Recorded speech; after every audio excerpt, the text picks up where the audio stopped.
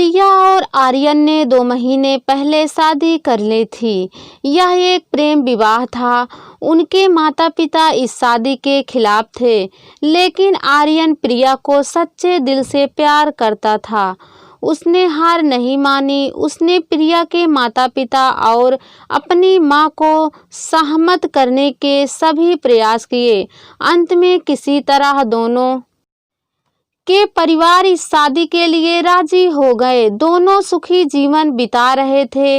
एक दोपहर प्रिया रसोई में काम कर रही थी, जबकि आर्यन अपने कमरे में सो रहा था।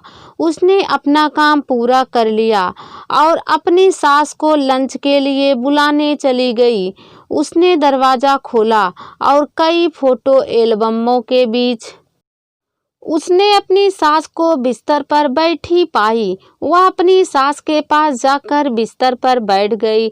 हालांकि उनके बीच कुछ भी नकारात्मक नहीं था, लेकिन दोनों के रिश्ते में बर्फ की एक परत थी, जो उन्हें एक दूसरे के प्रति अनुकूलन होने से रोक रही थी।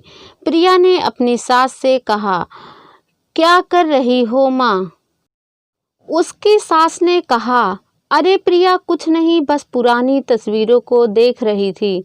प्रिया ने कहा, क्या मैं भी उन्हें देख सकती हूँ? उसकी सास ने मुस्कुराते हुए कहा, जरूर। वे दोनों ही पुरानी तस्वीरों को देखने लगी।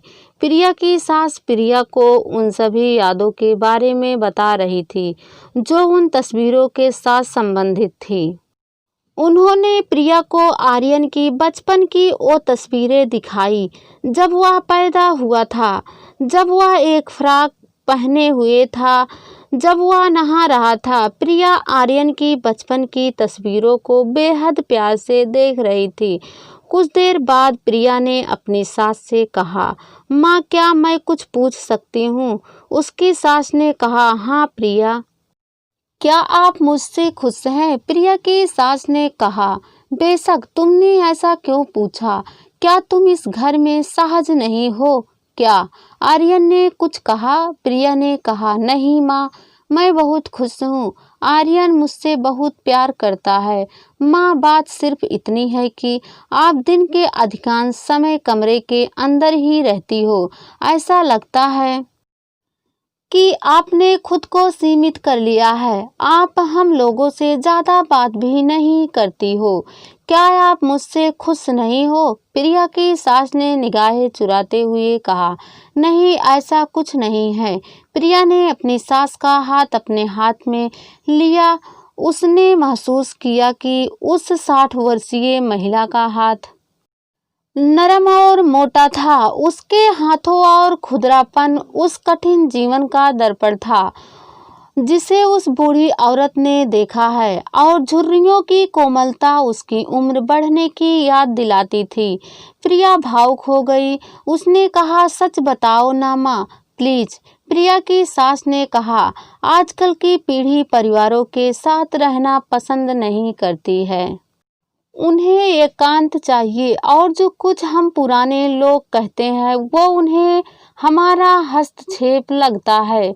मेरी दोनों बेटे पहले से ही शादीशुदा हैं और उन्होंने मुझे छोड़ दिया है। अब मेरे पास केवल आर्यन है और मैं उसे इस उम्र में नहीं खो सकती। प्रिया ने कहा, आप आर्यन को क्यों खोएंगी?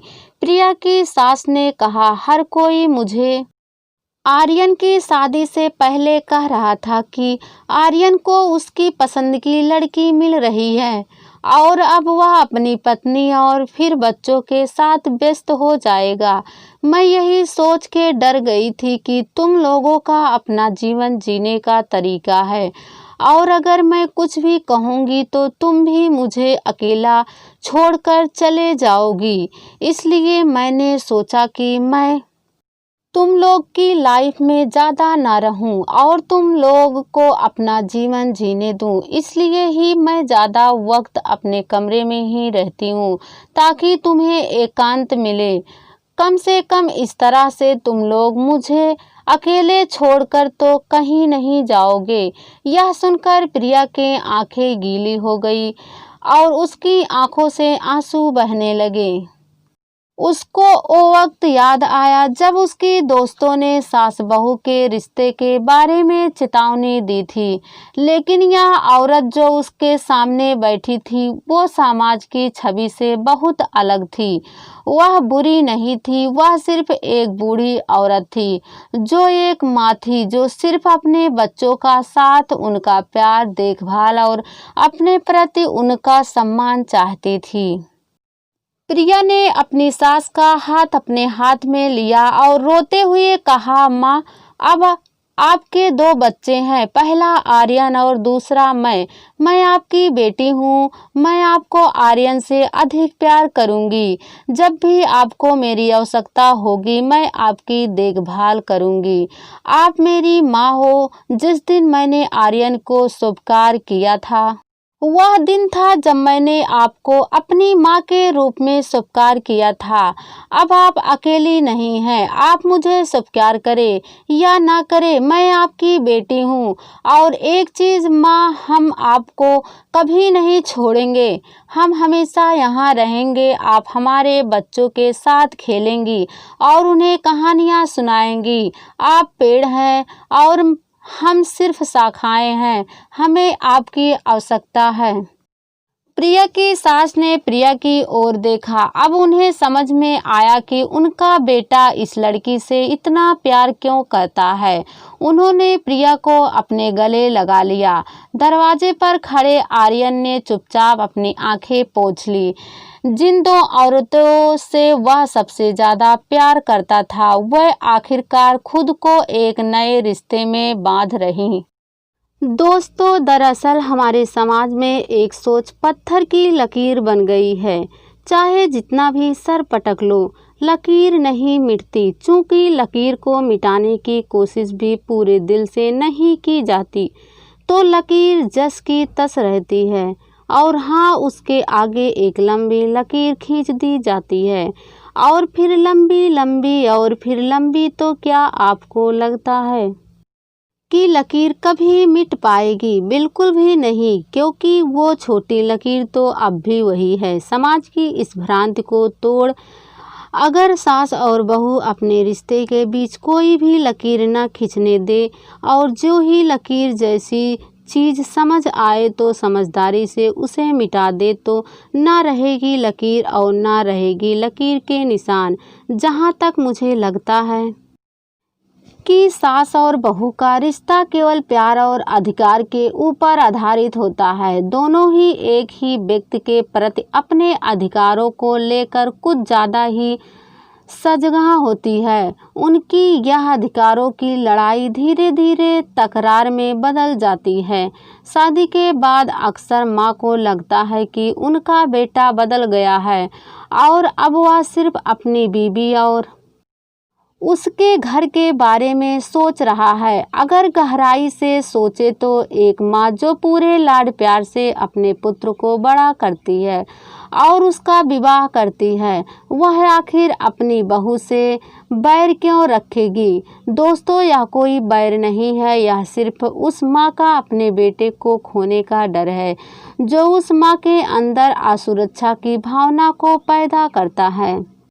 आप अपनी सास की असुरक्षा को दूर करें, उन्हें एक अतिरिक्त के रूप में ना देखें। वह परिवार की जड़ है। उन्होंने अपने बेटे को जन्म दिया है और उसका पालन पोषण किया है, और फिर उन्होंने उसे आपको उपहार में दिया है। उनके साथ वैसे ही व्यवहार करें जैसे आप अपने भाई की पत्नी से अपनी माँ के लिए चाहती हैं। वैसे भी किसी भी वृक्ष को उसकी जड़ से काटकर हम हरा भरा नहीं रह सकते। जैसे आप डांट डपट और झगड़ने के बाद अपनी माँ के खिलाफ कोई शिकायत नहीं रखती है और आप सब कुछ भूल जाती हैं, वैसे ही आप अपनी सास के लिए कोई शिकायत ना रखें। वह आपकी माँ जैसी ही है।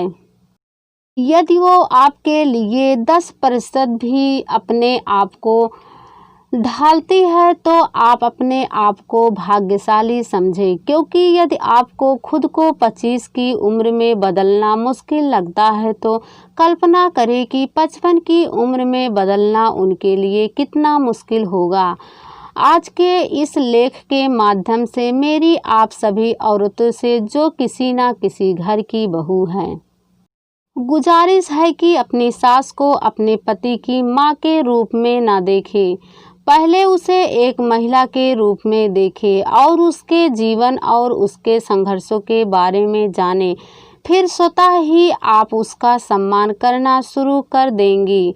दोस्तों, एक माँ अपने बेटे का मुंह देखने के लिए 9 महीने इंतजार करती है, तो वो उसे इतना प्यार करती है, और वही माँ अपनी बहू का मुंह देखने के लिए 25 साल इंतजार करती है, तो सोचो वो उसे कितना प्यार करेगी।